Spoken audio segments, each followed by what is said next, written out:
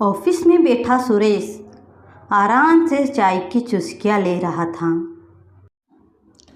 आह, चाय पीने का तो मजा ही कुछ और है। तभी उसके केबिन के बाहर आवाज आती है, मे आई कम इन सर? दरवाजा खुलते ही वह देखता है कि एक बहुत सुंदर लड़की हाफ पेंट में उसके सामने खड़ी थी। गॉर्जियस, आपका रिज्यूमे आपने दे दिया? Yes sir. तो फिर कल से जॉब पर आ जाना।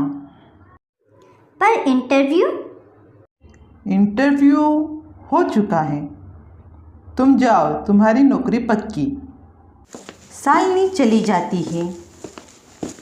जब शालिनी सीढ़ियों से नीचे उतरती है तो क्यों मौत के मुंह में आ गई हो?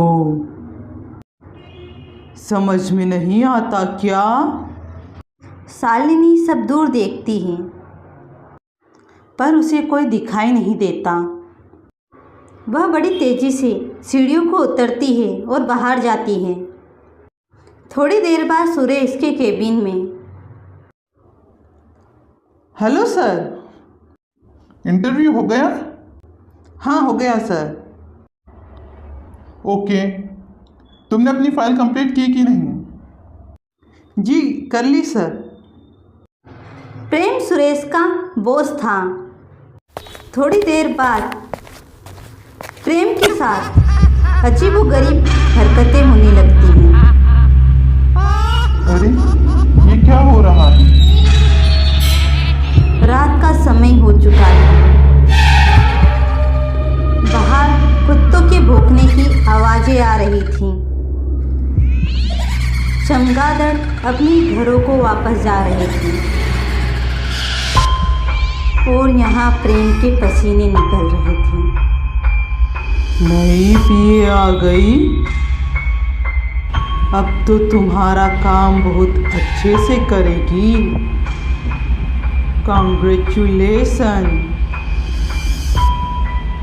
पर यह बधाइयाँ तुम्हारी मौत के लिए है।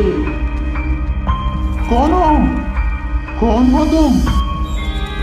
तुम्हें मारने वाली आ गई है। कल से वह तुम्हारे साथ काम करेगी। अब तुम कुत्तों की मौत मरोगे। प्रेम को समझ में नहीं आ रहा होता है। वह तुरंत सुरेश को अपने केबिन में बुलाता है और बोलता है कि उसने किस लड़की का इंटरव्यू लिया था। उसे भी कुछ समझ में नहीं आता। ऑफिस पूरा वीराना सा हो चुका था। सभी अपने घर जा चुके थे। सुरेश भी अब अपने घर को जा रहा था। सुरेश, तुमने जिस लड़की का इंटरव्यू लिया है उसे कल ऑफिस आने के लिए मना कर देना। मुझे पीए कोई मेल चाहिए। पर सर आपने ही तो कहा था कि फीमेल होनी चाहिए। पर अब मैं ही कह रहा हूँ कि मुझे मेल चाहिए। प्रेम गाड़ी में बैठता है पर रास्ते में उसे ऐसा लगता है कि उसके साथ पास में कोई बैठा है। तुम्हें मारने वाली कल आएगी। तुम तड़प तड़प के मरोगे। कौन हो तुम? कोई नहीं। अचानक से उसके पास बैठी औरत उसकी आंखों से ओझल हो जाती है। वह जब घर जाता है तो तुरंत अपना चेहरा शीशे में देखता है। उसे बहुत पसीना आ रहा था। पर यह क्या? तुम्हें तड़पा तड़पा कर मारने वाली कल आएगी। प्रेम बहुत डर चुका था। उसने सोच लिया था कि अब वह किसी भी लड़की को उसके यहाँ कर्मचारी के रूप में नहीं रखेगा। दूसरे दिन वह जैसे ही ऑफिस जाता है तो सुरेश से कहता है, सुरेश, इस ऑफिस में जितने भी फीमेल वर्कर हैं उन्हें यहाँ से निकाल दो। पर क्यों सर? जो बोला है वह करो। पर इन सब के बावजूद जब रात को सभी ऑफिस से चले जाते हैं तब। अरे माँ जी, आज आप इतनी लेट हो गई? अरे मुझे मेरा पोता बीमार था तो उसे अस्पताल ले जाना था। अब मैं पोछा लगा देती हूँ फिर घर जाती हूँ। पर सुरेश को कुछ अजीब सा लगता है। वह देखता है तो उसके सामने एक चुड़ैल खड़ी थी। बेटा थोड़ा साइड हट जाओ, मुझे पोछा लगाना है, मुझे पोछा लगाना है। और वह फिर सुरेश को मार डालती है और उसके शरीर को बाल्टी में डुबोकर फर्श पर पोछा लगाती है।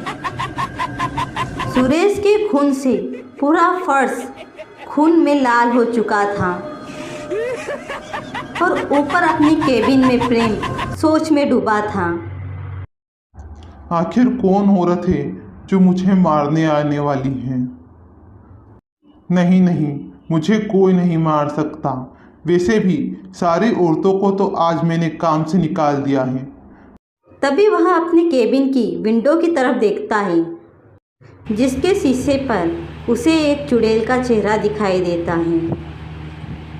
तुम्हें तड़पा तड़पा कर मारने वाली आ चुकी है। अब तुम कुत्ते की मौत मरोगे। कौन हो तुम? कौन हो?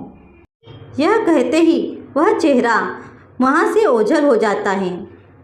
प्रेम जल्दी से वहाँ से भागने की सोचता है तो वह उसे दरवाजे पर लिखा हुआ दिखता है कि तुम्हारी मौत नज़दीक है, नीचे मत जाओ। प्रेम डर के कारण पूरा पसीने से भीग चुका था। वह डरते डरते नीचे जाता है पर सीढ़ियों पर बहुत अंधेरा था। Light bar bar on off हो रही थी। प्रेम बहुत डरा हुआ था। तभी उसे अंधेरे में एक चेहरा दिखता है। नीचे मत जाओ, तुम्हें तड़पा तड़पा के मारने वाली आ गई है। कहानी का दूसरा भाग देखने के लिए चैनल को सब्सक्राइब करना मत भूलना। और अगर वीडियो अच्छी लगे तो वीडियो को ज़रूर लाइक करना। Thanks for watching.